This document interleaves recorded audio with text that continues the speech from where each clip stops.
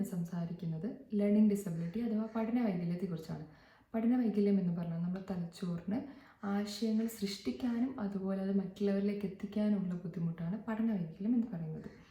ഇത് പൊതുവെ നമുക്ക് ചെറിയ കുട്ടികളിൽ തന്നെ പെട്ടെന്ന് ഡയഗ്നോസ് ചെയ്യാൻ പറ്റും. പ്രത്യേകിച്ച് നമ്മൾ സ്കൂളിൽ വിടുന്ന ആ ഒരു പ്രായം, ഒരു 7-6 വയസ്സിൽ തന്നെ നമുക്ക് പെട്ടെന്ന് മനസ്സിലാക്കാൻ പറ്റും. അവരുടെ റൈറ്റിങ്ങിലും അവരുടെ റീഡിങ് സ്കില്ലിലും ഒക്കെ നമുക്ക് പെട്ടെന്ന് നമുക്ക് ക്യാച്ച് ചെയ്യാൻ പറ്റും. പിന്നെ ഇത് ഒരുപാട് ടൈപ്സ് ഉണ്ട്. ഫസ്റ്റ് പറയുന്നത് ഡിസ്ലെക്സിയ അഥവാ റീഡിങ് ഡിസബിലിറ്റി. നമുക്ക് വായിക്കാൻ കുട്ടികൾക്ക് വരുന്ന ബുദ്ധിമുട്ട്, അവർ ഭയങ്കരമായിട്ട് ബുദ്ധിമുട്ടാണ് റീഡ് ചെയ്യാൻ, അല്ലെങ്കിൽ സൗണ്ടുകൾ തമ്മിൽ ഇപ്പോൾ ആൽഫബറ്റ്സ് എ എന്നുള്ളതിൻ്റെ ആ സൗണ്ടും പിന്നെ ഇ എന്നുള്ളതിൻ്റെ എ സൗണ്ടും തമ്മിൽ വ്യത്യാസം മനസ്സിലാക്കാൻ പറ്റാത്ത അവസ്ഥ, ഇങ്ങനെ റീഡ് ചെയ്യാൻ ഒരുപാട് ബുദ്ധിമുട്ടുന്ന അവസ്ഥയാണ് ഡിസ്ലെക്സിയ എന്ന് പറയുന്നത്. പിന്നെ അടുത്ത ടൈപ്പ് വരുന്നത് ഡിസ്കാൽക്കുലിയ, അതായത് അവർക്ക് കണക്ക് പരമായിട്ട് അല്ലെങ്കിൽ മാത്സ് പരമായിട്ട് അവർക്ക് റൈറ്റ് ചെയ്യാനും അതുപോലെ റീഡ് ചെയ്യാനൊക്കെ വരുന്നൊരു ബുദ്ധിമുട്ടാണ് ഡിസ്കാൽക്കുലിയ. അവർക്ക് ഇപ്പോൾ ചിലപ്പോൾ നമ്മൾ സമയം ചോദിച്ചു കഴിഞ്ഞാൽ അവർക്ക് മനസ്സിലാവില്ല എന്താ ഏത് സമയമാണ് എത്ര ടൈമാണ്. അതുപോലെ പ്ലസ് സൈന് അതുപോലെ ഇൻറ്റു സൈന് ഇതൊന്നും തമ്മിൽ അവർക്ക് ഡിഫറൻഷ്യേറ്റ് ചെയ്യാൻ ചിലപ്പോൾ പറ്റില്ല. ആ ഒരു അവസ്ഥയാണ് ഡിസ്കാൽക്കുലിയ എന്ന് പറയുന്നത്. പിന്നെ അടുത്ത ടൈപ്പ് വരുന്നത് ഡിസ്ഗ്രഫിയ, അതായത് അവർക്ക് ചിലപ്പോൾ വായിക്കാനും അതുപോലെ സംസാരിക്കാനും ഒന്നും ഒരു കുഴപ്പമുണ്ടാവില്ല, പക്ഷേ എഴുതാൻ തീരെ അവർക്ക് അറിയുന്നുണ്ടാവില്ല. അതായത് ഭയങ്കര നീറ്റല്ലാത്ത ഹാൻഡ് റൈറ്റിംഗ് ആയിരിക്കും പൊതുവേ ഡിസ്ഗ്രഫിയ ഉള്ള ആൾക്കാർക്ക്. റൈറ്റിംഗ് സംബന്ധമായ ഒരു അസുഖമാണ് ഡിസ്ഗ്രഫിയ എന്ന് പറയുന്നത്. പിന്നെ അടുത്തത് വരുന്നത് ഓഡിറ്ററി പ്രോസസ്സിംഗ് ഡിസോർഡറാണ്. അതായത് അവർക്ക് പ്രത്യേക സൗണ്ടുകൾ തമ്മിൽ ഡിഫറൻഷ്യേറ്റ് ചെയ്യാൻ പറ്റുന്നില്ല. അതായത് നമ്മളിപ്പോൾ ഒരു ക്രൗഡിൻ്റെ കൂട്ടത്തിൽ നിൽക്കുകയാണ്, അപ്പോൾ ആ സമയത്ത് വരുന്ന ഹോൺ സൗണ്ട് അതുപോലെ ആൾക്കാരുടെ സൗണ്ട് അവർക്ക് ഡിഫറൻഷ്യേറ്റ് ചെയ്യാൻ പറ്റുന്നില്ല. പിന്നെ അടുത്ത വരുന്നത് വിഷ്വൽ പ്രോസസ്സിംഗ് ഡിസോർഡർ. പ്രത്യേകതരം വിഷ്വൽ ഇമേജസ്, അതായത് ഓരോ ഷേപ്പുകൾ തമ്മിൽ കാണുന്നത് അവർക്ക് ഡിഫറൻഷ്യേറ്റ് ചെയ്യാൻ പറ്റുന്നില്ല, അല്ലെങ്കിൽ പാറ്റേൺസ് അവർക്ക് ഡിഫറൻഷ്യേറ്റ് ചെയ്യാൻ പറ്റാത്തൊരവസ്ഥയാണ് വിഷ്വൽ പ്രോസസ്സിംഗ് ഡിസോർഡർ. പിന്നെ ലാസ്റ്റ് വരുന്നത് നോൺ വെർബൽ ലേണിംഗ് ഡിസബിലിറ്റിയാണ്. അതായത് നമ്മൾക്കിപ്പോൾ നമ്മൾ ഒരാളുടെ ഫേഷ്യൽ എക്സ്പ്രഷൻ, ചിരിക്കുകയാണോ കരയാണോ അതുപോലെ അയാളുടെ ബോഡി ലാംഗ്വേജ് ഏതാണ്, ഈ ഒരു കാര്യത്തിൽ അവർക്ക് ഡിഫറൻഷ്യേറ്റ് ചെയ്യാൻ പറ്റുകയില്ല. ഈ ഒരു അവസ്ഥയാണ് നോൺ വെർബൽ ലേണിംഗ് ഡിസബിലിറ്റി എന്ന് പറയുന്നത്. പിന്നെ ഇതിന് കോസസ് എന്താണെന്ന് ചോദിച്ചാൽ നമുക്ക് ഇന്ന കാരണം കൊണ്ട് തന്നെ ഇത് വരും എന്ന് നമുക്ക് പറയാൻ പറ്റില്ല. ഒരുപാട് കാരണങ്ങൾ കൊണ്ട് ഇത് വന്നേക്കാം എന്നേ പറയാൻ പറ്റുള്ളൂ. കാരണം ഇപ്പോൾ ഒരു എക്സാമ്പിളായിട്ട് പറയുന്നത് നമുക്ക് ജെനറ്റിക്സ്, അതായത് നമുക്ക് ഫാമിലിയിലെ ഹിസ്റ്ററിയിൽ ആർക്കെങ്കിലും ഉണ്ടെങ്കിൽ അതിനൊരു ചാൻസ് എന്നേ പറയാൻ പറ്റുള്ളൂ. അതുകൊണ്ട് നമുക്ക് എന്തായാലും വരും എന്ന് പറയാൻ പറ്റില്ല, അതൊരു ചാൻസാണ്.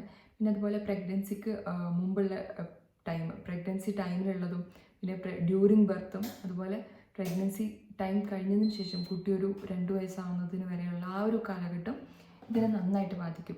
പ്രഗ്നൻസി ടൈമിൽ ചിലപ്പോൾ അമ്മ ഭയങ്കരമായിട്ട് ആൽക്കഹോൾ കൺസ്യൂം ചെയ്യുന്ന ഒരാളാണെങ്കിൽ അതും ഈ ഒരു കണ്ടീഷനെ ബാധിക്കും. പക്ഷെ അതുകൊണ്ട് ഇത് വരാം എന്നല്ല, ഇതൊക്കെ ഒരു ചാൻസ് ആണ്. അതുപോലെ ഏജും ഒരു റിസ്ക് ആണ്. അതായത് ഒരു 35 വയസ്സിന് ശേഷമുള്ള ഒരാൾ കൺസീവ് ചെയ്യുകയാണെങ്കിൽ ആ ഒരു ഫാക്ടറും ഇതിലൊരു റിസ്ക് ആണ്. അപ്പോൾ ഈ ഒരു കാരണങ്ങളാണ് മൊത്തത്തിൽ നമുക്ക് പറയാൻ പറ്റുക ലേണിംഗ് ഡിസബിലിറ്റിയുടെ കാരണങ്ങളായിട്ട്. അതുപോലെ നമ്മൾ എൻവയോൺമെൻറ്റിലുള്ള ടോക്സിൻസ്, അതായത് നമ്മൾ ഭയങ്കര ഇൻഡസ്ട്രിയൽ ഏരിയയിലൊക്കെ ജീവിക്കുന്ന ആൾക്കാർക്ക് അവർ പ്രഗ്നൻസി ടൈമിൽ ഈ ഒരു അന്തരീക്ഷത്തിൽ നിന്ന് വായുവൊക്കെ ശ്വസിക്കുന്ന സമയത്ത് ഈ ഒരു കണ്ടീഷൻ വരാനുള്ള ചാൻസ് ഉണ്ട്.